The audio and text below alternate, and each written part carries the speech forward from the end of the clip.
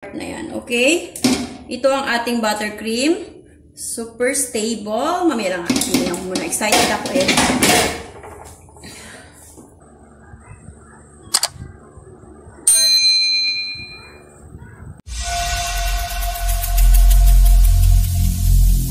Every single day, I'm gonna make something great. That's my way. Every single day, I'm gonna make something great. That's my way.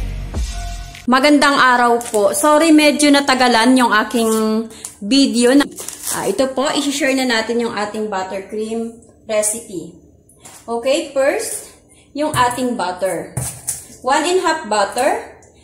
1½ din ang ating shortening. Pwedeng lard. Walang problema doon. Ang ating isang pack na all-purpose cream, yung Alaska. Pula yung ginamit ko na Alaska. Ayan po. Okay. Next, ang ating powdered sugar.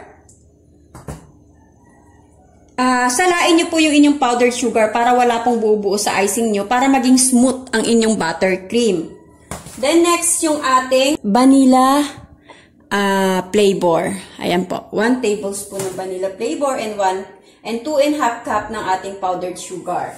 Siyempre, gagamit tayo ng 20 quarts na Sparta mixer. Kasi wala akong Sparta na maliit yung Sparta. Then ito 20 quarts, medyo malaki talaga guys. Okay, start na tayo ng paggawa. Lipat tayo sa ating mixer na side. Wait, explain ko muna. Tabi muna natin. Before natin to ilalagay sa mixer, ang ating 1 1½ cup na, 1½ na ating, anong tawag dito? Butter. Ang gagawin natin dito is, hahatiin natin siya ng maliliit. Tapos, make sure na hindi siya galing sa ref na matigas. Yung, medyo malambot siya. Hindi siya ganun kalambot, pero hindi rin siya ganun katigas. Dapat sakto lang. Okay? Liit-liitan lang natin yung ating hiwa para mas maganda. Okay? Yan.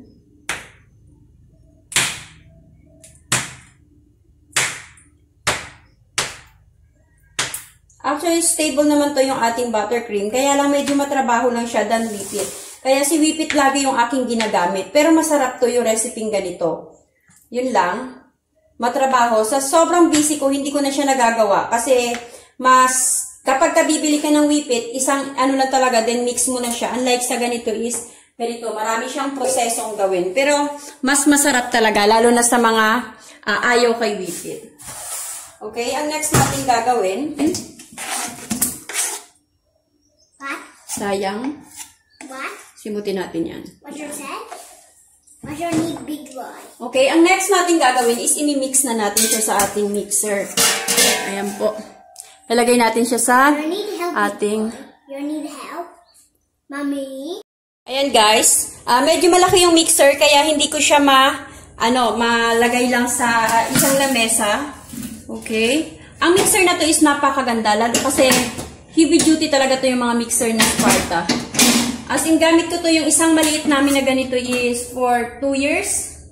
I think or 3 years. Then, after ng 3 years, pinalitan ko to siya ng mas malaki. Dati is 10 quarts lang yung binili ko. Pero ngayon, pinalitan ko siya ng 20. Kasi alam kong nasubok ko na si Sparta eh. Subok ko na siya na magaling talaga. As in, parang hindi siya nasisira sa tagal ng panahon. Basta ingatan lang.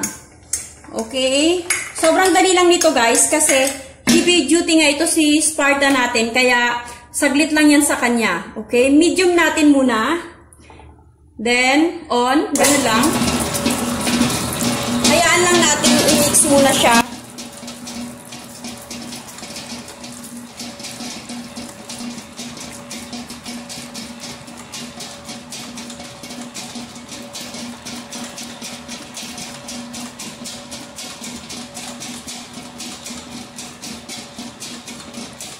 Next, i-high ko siya. Yan. Kapag si mixer, si Sparta is i-change nyo siya ng gear, papatayin nyo muna before nyo siya i-change. Kasi, ano raw ito siya, para siyang sasakyan. Para siyang sasakyan na manual. Kasi kapag hindi siya kagaya ng, anong tawag dito? Hindi siya kagaya ng, ng matic na sasakyan. Ito naman may gear to. Kaya kapag hindi nyo pinatay muna siya, tapos in-on nyo siya, tapos dilipat nyo siya sa mataas, is masisira yung ating mixer. Okay? Pinatay ko muna, then on ko ulit. Diba, tingnan nyo naman kung gaano kagaling si mixer natin. Saglit nyo lang yung gagawin.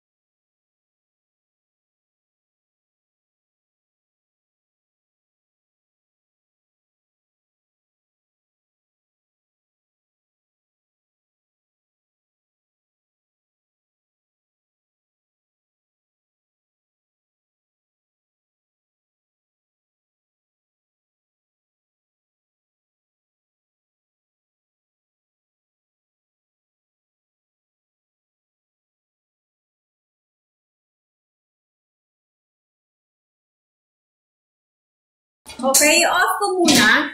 Kasi ang gagawin ko, i-scrape ko yung bawat gilid ng ating mixing bowl. Kasi para ma-scrape natin ng maigi. Walang natitirang hindi na mix na mga butter natin. Make sure talaga na na-scrape talaga gilid-gilid, ilalim. Okay.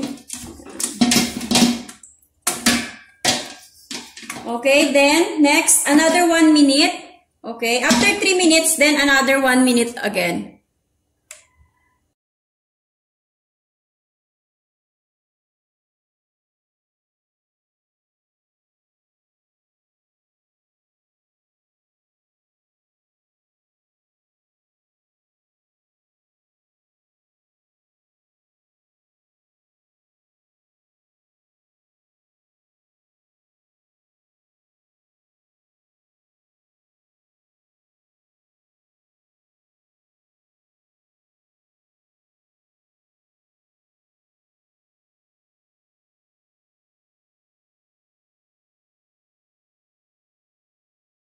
Kita ko na kasi maputla na yung ating butter.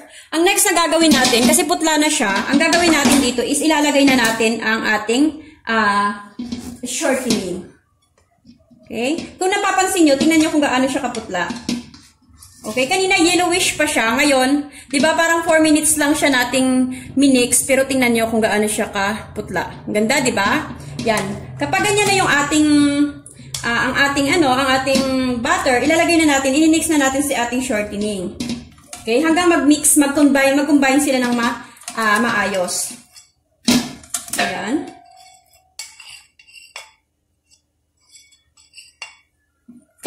Then, next, another mix again, mga 3 to 4 minutes.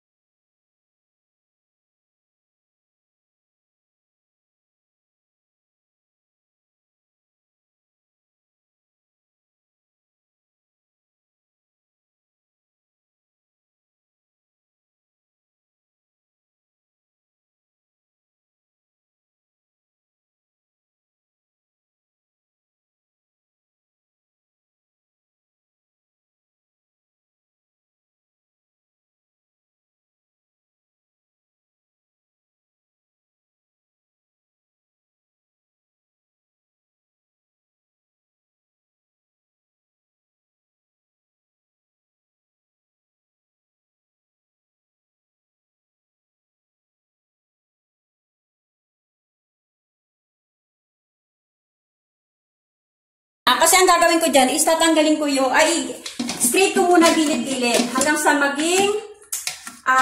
matanggal yung mga nakadikit pa at hindi pa na-mix na maayos na shortening at butter. Ayan, gilid-gilid. Kasi dyan tayo nagkakaroon ng aftertaste. Natitikman natin yung mga hindi na-mix na mga shortening at mga butter. Dyan po nagkakaroon ng aftertaste yung ating mga icing. Ayan.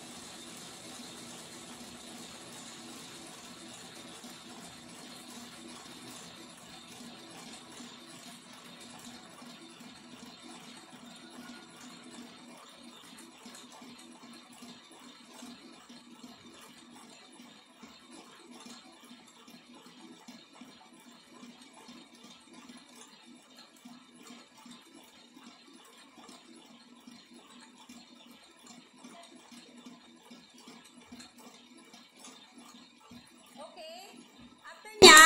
Patayin ko ulit. Then, ilalagay kong dahan-dahan. Kung nakikita nyo, diba? Stable na yung ating icing pa agad. Pero hindi pa tayo dyan mapapastable pa natin ang gusto yan. Ilalagay natin yung ating 2½ cup na ating powdered sugar. Pero dahan-dahan lang. Half lang muna. Lalagay natin. Yan. Okay. Ang gagawin ko dito is hinaan ko lang muna kasi maalikabok yung natin, yung powdered sugar. Dahan-dahan lang. Yan. Okay, kapag nahalo na ng gusto, yan, nahalo na, maglalagay ulit tayo ng another portion ng natira ng ating powdered sugar. Ayan.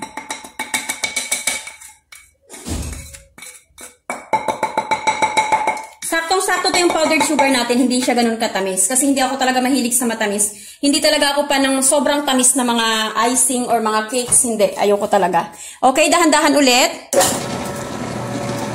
Yan.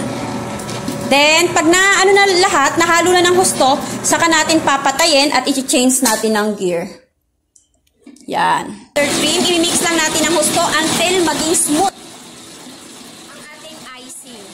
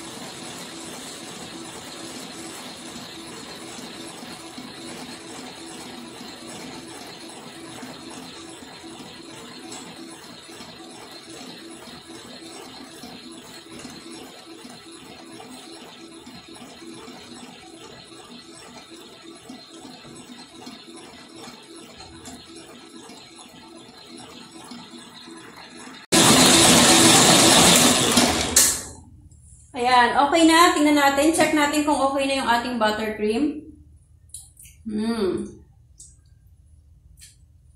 Saktong-sakto ang tamis, guys. Saktong-sakto ang tamis. Scrape ko lang siya tapos mix ulit natin. Kasi ayoko nang masyadong matamis talagang buttercream.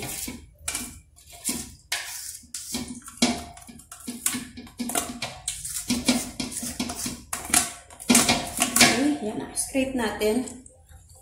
Then mix ulit natin.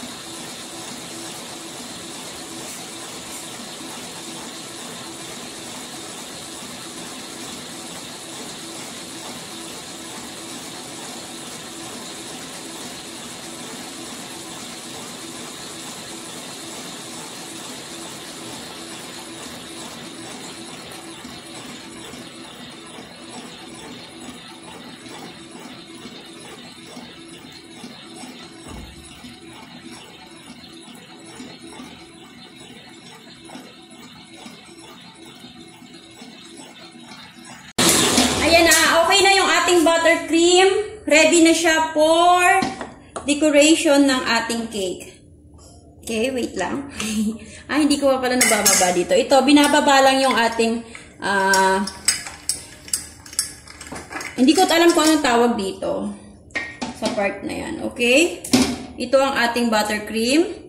Super stable. Mamaya lang ako muna. Excited ako eh. Cream. Super stable yung ating buttercream. Okay. Yan po siya. Ayan, thank you for watching po. Ilalive ko po ito ngayon, yung ating buttercream. Tingnan nyo po sa ating page. para makita natin kung gaano ka-stable yung ating buttercream kapag kanilagay na natin sa cake at pagpapipe ng flowers. Thank you so much! Please don't forget to subscribe my channel, Madiskarte sa Buhay.